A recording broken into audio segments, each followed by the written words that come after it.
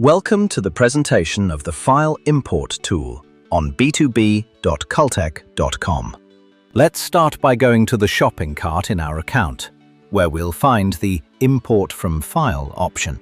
Now let's move on to creating a file that we'll use to import the order.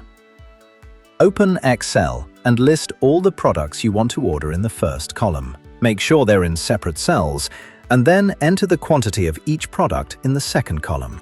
Save the file anywhere you like. It can be on your desktop, but make sure to save it in comma-separated CSV format, as shown in the video. Let's go back to our shopping cart and select the Import from File option. Select the CSV file you saved earlier, and your order will be imported. Please note the orange notification that pops up on the screen. If the product you ordered is out of stock, a corresponding message will appear there. When importing from a file, it's a good practice to prepare the Excel file in advance using our XML file viewer. This significantly speeds up the order fulfillment process. As you can see in the video, selecting products from the category we're interested in took just a few seconds.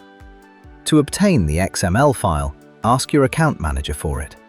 You can also find a user guide for this tool on our website.